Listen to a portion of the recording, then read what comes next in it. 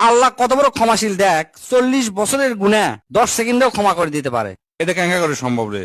হযরত মুসা আলাইহিস সালামের আমলে অনেক দিন যাবত বৃষ্টি হয় না, গরম, প্রচন্ড গরম, মানুষ অতিষ্ঠ হয়ে গেল গরমে। তখন মুসা আলাইহিস সালামের উম্মতরা এসে বলে, হে নবী, এত গরম আর সহ্য হয় না, আপনি আল্লাহর কাছে দোয়া করেন, আল্লাহ যেন আমাকে বৃষ্টি দেয়। সেই কথা শুনে হযরত মুসা আলাইহিস সালাম সেই তপ্ত গরমের মধ্যে খোলা মাঠে সগলিক নিয়ে বৃষ্টির জন্য নামাজ পড়া শুরু করে দিল। কিন্তু এই নামাজ আর দোয়ার পরে গরম আরো বেশি শুরু হয়ে গেল, রোদের তাপ আরো বাড়া শুরু করলো, আরো গরম শুরু হয়ে গেল। তখন লোকজন মুসা আলাইহিস সালামকে কলো, আপনি কি দোয়া করলেন?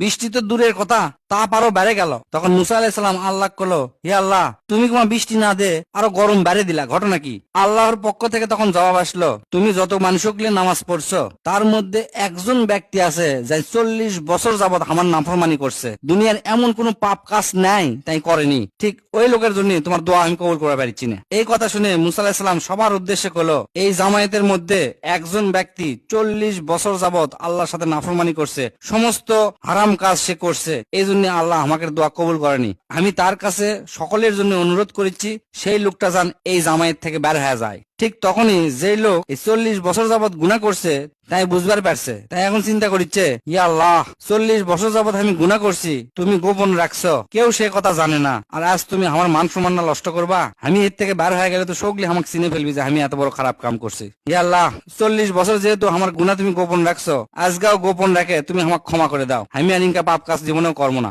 এই কথা শেষ হতে না হতে বৃষ্টি আসা শুরু হয়ে গেল। তখন মুসা আলাইহিস সালাম আল্লাহর কাছে কলো, ইয়া আল্লাহ, কেউ তো এই জামায়াত থেকে বাড়ালো না, তুমি বৃষ্টি দিলা যে? তখন আল্লাহর কাছ থেকে উত্তর আসলো, যে লোকের জন্য বৃষ্টি বন্ধ আসলো এখন সেই লোকের জন্য আবার বৃষ্টি আসা শুরু হচ্ছে, কারণ উনি আমার কাছ থেকে ক্ষমা চাচ্ছে, আমি সাথে সাথে ক্ষমা করে দিয়েছি। তখন মুসা আলাইহিস সালাম কলো, কোন সেই লোক যাক তুমি এত বড় ক্ষমা করে দিলা? তখন আল্লাহ উত্তর দিল, আমি যেহেতু 40 বছরের পাপ গোপন রাখছি, এখন তো অবাক করছে, এখন তো জানানোর প্রশ্নই আসে না, আমি পাপিকের পাপ সব সময় গোপন থাকার চেষ্টা করি, এটা আমার সাথে আমার বান্দার নিজস্ব ব্যাপার, তাই আমাকেও প্রতিদিন আল্লাহর কাছে তওবা করা উচিত, আমাকে নিজস্ব পাপের জন্য। আল্লাহ ক্ষমা করে দেওয়ার জন্য অপেক্ষা করতেছে।